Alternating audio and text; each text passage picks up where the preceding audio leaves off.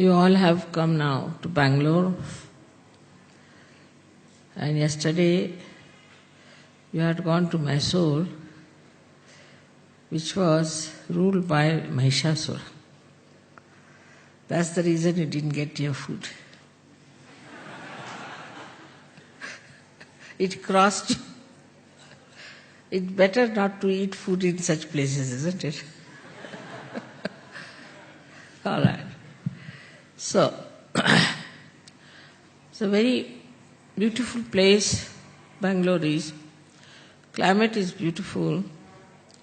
And you'll find always these Rakshasas live in places like this. Like in Pune, you have this Rajneesh was there, here is this Mahishasura. They always try to find places which are cold because they have so much heat in their body.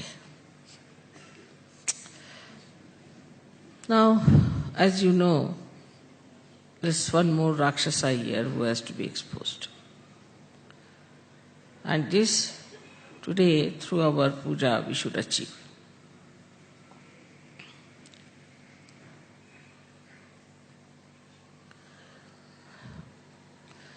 In the olden days, when the goddess had to fight the Rakshasas were not involved in human beings as such. They didn't become gurus or anything. And so now we find in Kali Yuga, they have gone into the brains of sadhakas, of their devotees. It's very difficult to remove them. And once they go into the brain of the sadhakas, then sadhakas become, of course, possessed. They suffer. They have all kinds of problems. Despite that, they stick on to that person because they are mesmerized. Very much mesmerized. And this mesmerism makes them absolutely so strong-headed that even if they have to die, they won't give up their gurus.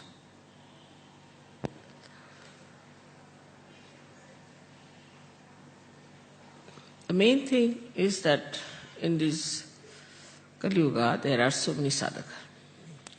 They are running helter and skelter. They are running all over, trying to find out some way of finding the truth. While when the market is on, you get people to sell it also.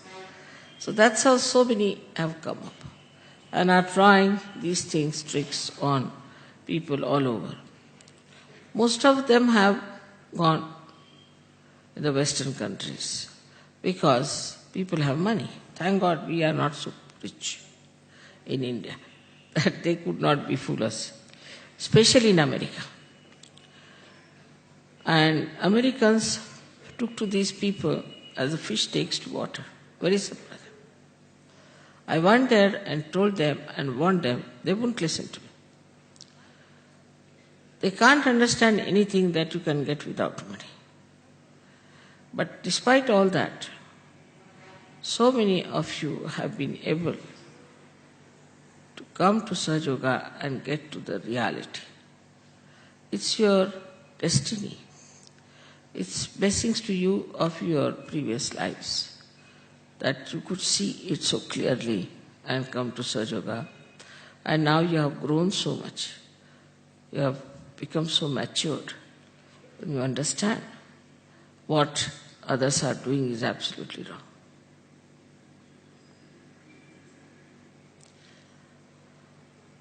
Also, somebody told me about this fellow boy John misbehaving with these homosexuals and all that and calling them Hare Rama, Hare Krishna, all nonsense. Then I discovered that this story is very prevalent in Kerala, where they say that Vishnu when he became Mohini, he had a child from Shiva. They're absurd. And now Murthy is telling me, when I told you this story, you said this blasphemy, this is sin. Say, I feel It's very dangerous also to play about with a person like Vishnu. He is a very dangerous deity. Shiva ultimately is very dangerous, but it takes time with him. But as far as Vishnu is concerned, one has to be very careful. Misbehaving like this, I don't know what's going to happen to them. But they are so stupid. They are so stupid. One thing they should judge, that if this thing we are doing is good for them, is by God's blessings, then why should we get diseases? There is a regular 1 crore of people going to a nonsensical place where they have this Ayyappa business. And they wear black dresses for one month, and they have their beard and everything. They don't starve themselves. They go up miles together, they climb, do all kinds of things. That is a sort of a suffering for 1 month. And 11 months they do everything. This kind of a nonsense. So now it has become like a craze like jogging or something like that in Kerala. And this year there were 1 crore of people doing this stupid nonsense. I mean, even in India we have such stupid people. See that. But the number is not so much, I must say, as it is in America, percentage. In India, we are very conditioned by this ritualism, especially in the South. We have lots of ritualistic things. And we are impressed by people if you take out some watches, Swiss-made watches and things like that. To them, it's something really remarkable that how can you have Swiss-made watches here. Very simple people. They do not understand that none of the incarnations did these tricks. And that truth should be based on the tradition, on these Shastras. It cannot deviate.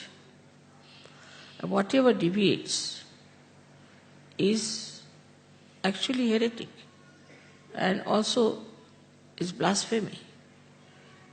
But as I told you the other day, that those people who talk of knowledge, like Sufis, who got their realization, real Sufis, they were called as heretics. They were thrown out of the religion. Also, the Christians, the early Christians who were Gnostics, were called as mad people, heretics. In the same way, those who are following stupid things and are following something that is very black and dark, negative, will definitely go against Sahaja. And will say that this is something heretic or it is something that is blasphemy. But as you understand now what it is, we have to bring forth new laws that those who are not Sahajogis are actually, if they are practicing any religion, they are not doing the right thing. Slowly, slowly, as Vatican is getting exposed, and the Christian churches are getting exposed, even in India, so many such organizations are getting exposed, and people are understanding that this is very wrong. These ideas actually have come from incarnations. Like Adi Shankaracharya himself said, tatat kim, tatat kim, tatat kim. If you have not followed your guru, then tatat kim. So they said now, any guru can come from the jail, can be a smuggler, can be anything, characterless person. If you call him a guru, then he's a guru. Whatever we call somebody, say, we call somebody as a guru. And we stick on. This is my guru. What did the guru give to you? That nobody asks. We just feel happy, oh, very nice. It's like the worms clinging on to the lotus and say, oh, we have lotus. What about you? You are a worm still. What is the use of these lotuses? Whether that is lotus or a snake, God alone knows. So, a guru who doesn't talk of realization, who doesn't talk of Kundalini, who doesn't talk of ascent, who doesn't talk of second birth,